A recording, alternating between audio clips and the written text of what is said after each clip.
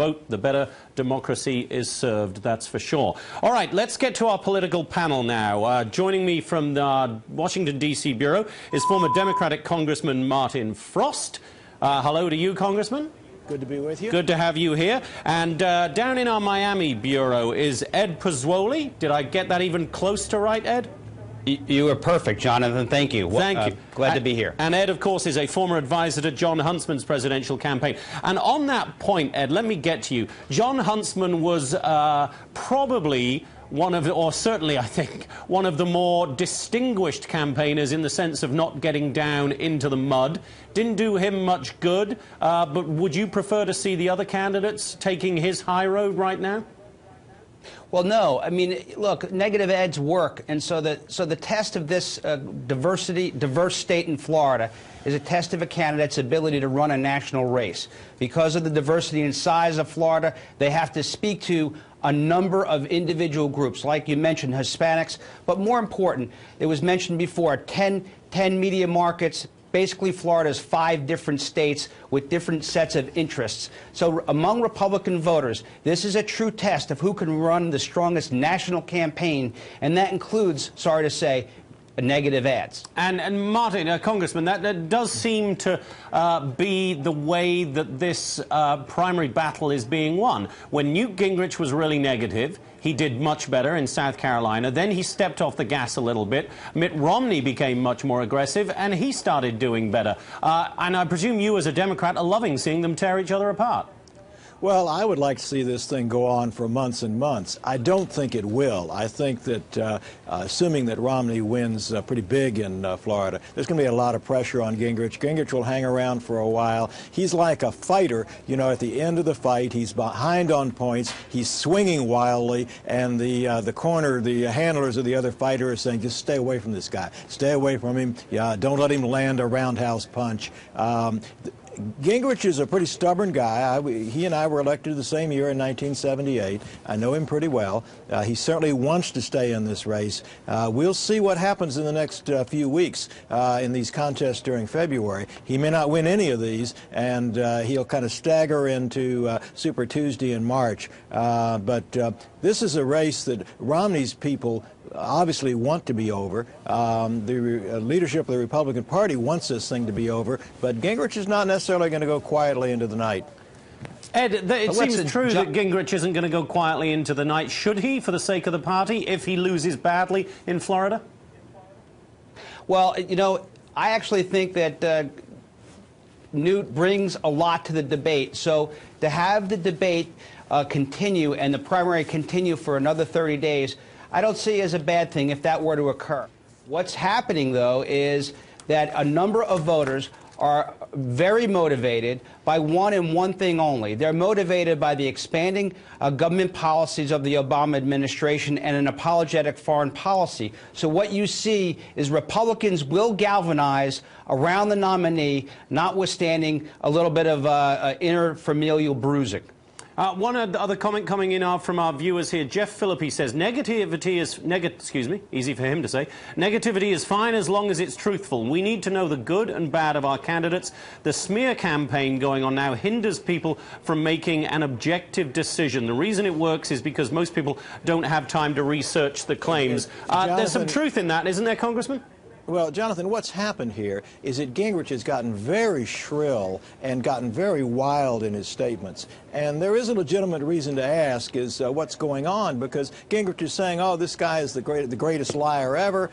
He's throwing all kinds of things at Romney, some of which may be true, some of which are probably not true. You do get to a point, if you're a candidate, where this begins to go work against you. And I think some of this does work against Gingrich. I don't think it's helpful to Romney, as I said, for this to drag on for a long time. A little bit of it was good for him. Toughened him up some, will make him a tougher candidate against Obama. It's going to be a very close race in the fall. But you don't want this thing going on forever, particularly by a candidate like Gingrich, who has no chance of being the nominee. Ed, it does seem that this has been more personal than most of these kind of fights. Obviously, 4 years ago, we were seeing a long, drawn-out fight between candidate Obama, as he was then, and candidate Hillary Clinton. But it never seemed to get quite as personal as this.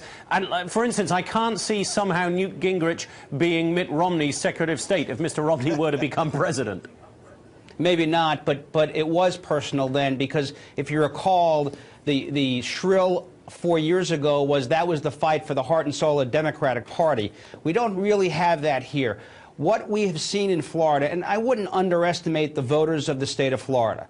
The negative ads aside, what the last 10 days have shown is the Romney campaign's ability to move the needle and impact the electorate through a solid ground game of getting an absentee ballot chase program, so that before even South Carolina was finished voting, there was a couple 100,000 votes already in the bank, and most of them likely to be Romney's. Second is that he had key endorsements that were worked on from 4 years ago, basically stretching from the north end of the state of key Republican leaders to the south end of the state in Miami, and key Hispanic elected officials like congressmen and whatnot.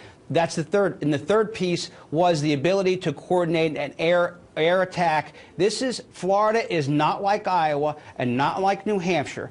You cannot meet every Floridian in the short time span we're talking about. The sheer size and diversity of this state requires candidates to have a coordinated campaign, which will serve very useful come November. Look, let's be very clear here, Jonathan. This is spelled M-O-N-E-Y. This is money. Romney had the money to do this. Newt did not. This made Newt crazy, the fact that he was being outspent so badly by Romney, and it made him even more shrill than he otherwise was. But this starts and ends with the amount of money that Romney was able to bring to bear in a big state like Florida. All right, I just want to play a little clip of Newt Gingrich here attacking what he describes as the Romney model. Here's Newt Gingrich. What a pathetic situation to be running for the President of the United States with nothing positive to say for yourself and nothing available and a big idea, a big vision, a big future, and all you got to do is try to tear your opponents down so they get to be smaller than you are. And that's the Romney model. Now, that's not my model. My model is to talk about big solutions. How do we create jobs? How do we solve the housing problem? How do we create energy? What do we do to defend America? How do we get back to the Constitution? I want to run a big campaign against Barack Obama, not a small campaign. For his part, Mitt Romney seems to be focusing less and less on Newt Gingrich now and more on President Obama. Here's Mitt Romney. I think he says he wants to fundamentally transform America. I don't want to transform America into something we won't recognize. I instead want to restore to America the principles that made us the nation we are. If I'm President of the United States, I will stop all the Obama-era regulations. If I'm President, I will repeal Obamacare and return to the states and the people their right to set their own health care priorities. If I'm President, I'm not going to just keep on stopping our development of energy. I will instead open up the spigot, allowing drillers to get the gas and the oil, to get the coal, to get the nuclear. We will once and for all have a nation that has an energy policy and becomes energy secure and ultimately energy independent. Congressman, is that smart of Mitt Romney to sort of drag himself out of the mire of the race and start focusing entirely on President Obama? Absolutely, particularly when Newt is saying crazy things like having a colony on the moon. This is a pretty good comparison. Romney's doing exactly what he ought to be doing. He's posturing himself as the alternative to Obama. I'm for Obama. I don't think that Romney necessarily is going to win this election, but he's doing the right thing. That's exactly what he should be doing right now. Ed, would you agree Mitt Romney is taking the right tack right now? I do agree. I thought the congressman was going to endorse Mitt Romney there, but the bottom line is that look, he is doing the right thing, and the focus today on the news cycle is on the negative ads. But we've had 20+ debates. The electorate is not voting in a vacuum. These candidates have been vetted. The voters have had an opportunity to really assess not just their positions on issues, but who they are, their sincerity, their strength, and their leadership, and who is going to be the Republican nominee, or who rightfully should be the Republican nominee, who stands on a stage toe-to-toe with President Obama. And Ed, let me stick with you. Do you think there is any path to the presidency for whomever is the Republican candidate without winning Florida itself?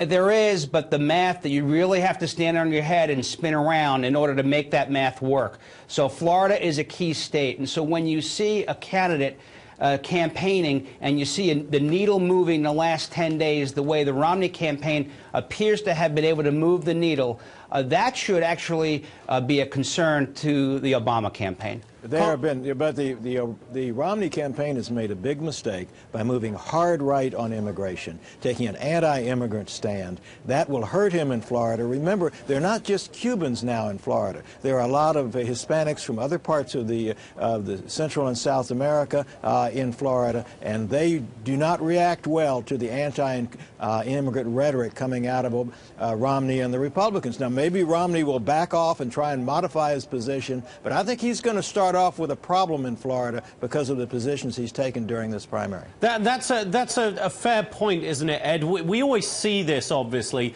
in every primary campaign. You tack towards the more stringent wing of a party, whether it's the left on the Democrats or the right with the Republicans, and Mitt Romney has had to tack pretty far to the right with comments such as the immigration one, self-deportation, etc. How easy or difficult is it for him to get back to the middle now, where this election will probably be won and lost? I think he'll be able to do that tactically, but the congressman's comments really talk to a stereotype of Hispanic voters across the state. I think Hispanic voters, like all voters, are interested in are concerned about the expanding size of government, the apologetic role around the world that the Obama administration has taken, about jobs, about getting the economy moving, and realistically speaking, both candidates, and in fact all four candidates, including Santorum and Ron Paul, all offer better ideas than what we've seen in the last 3 years. All I can say is dream on. I had a large Hispanic constituency that I represented in Texas while I was in Congress for 26 years. They react very negatively to the sharp anti-immigrant rhetoric. The Republicans have got a problem, a big problem, I believe. It'll be very interesting to watch. A lot of our viewers reacting very negatively to the candidate's own negativity, actually. Comment from Ken Wells here, who says, I would much rather hear solutions to the country's problems than wasting time on old news and personal issues. Admiral Akbar says, these people are supposed to be our leaders. The negative attacks on each other make them look like children that do not deserve to be in office. Ed, from your experience, how quickly is this sort of negative mudslinging between the candidates forgotten by the electorate? Do you think, when we talk about it now, as you said, there's a lot of focus on it, do you think we move on to the issues pretty quickly as soon as the candidate is decided?